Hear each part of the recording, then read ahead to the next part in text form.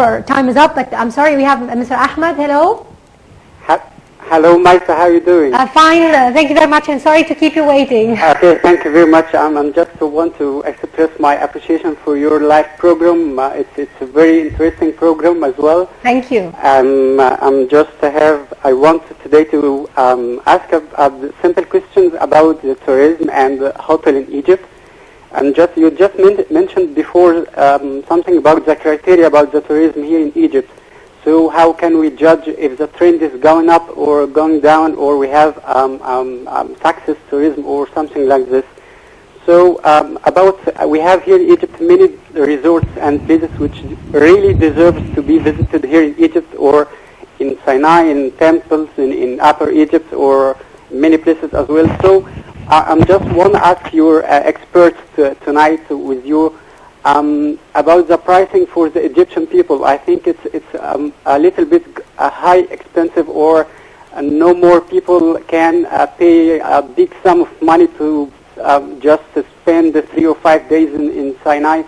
So what about make a special offer or discount for Egyptians who want to just deserve a little bit pay for enjoyment in vacation or something like this? Very fair demand. Thank you very much, Mr. Thank you, Maisa, very much. Thank you. Bye. Actually, so if we speak about the young people or the youth tourism in Egypt, I mean for the Egyptian, we have some residence places like youth hostels. Mm-hmm. So, well, Ahmed, he touched a big issue. This is a good question, I think, to ask.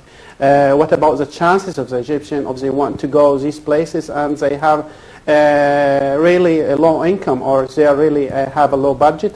So in some destinations, or the main destination of tourists in Egypt, tourist attraction, Egypt also has like youth hostels. Some universities, they organize, say, campus, I mean, for young people, I mean, to go to the Red Sea area, also in Sharm el-Sheikh and Luxor and Aswan, I think.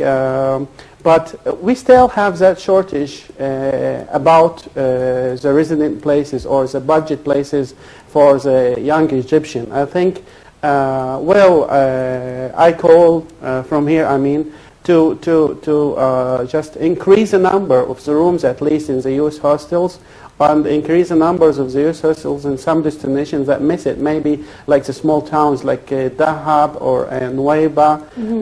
Mr. Nabil, you had something to add about this? Yes, I'd like to say that we can enlarge or increase the number of the youth tourism in Egypt that throws a cultural representative channel in our consulates, and also through our national, international universities. That's we can make campus campaigns between globally between universities.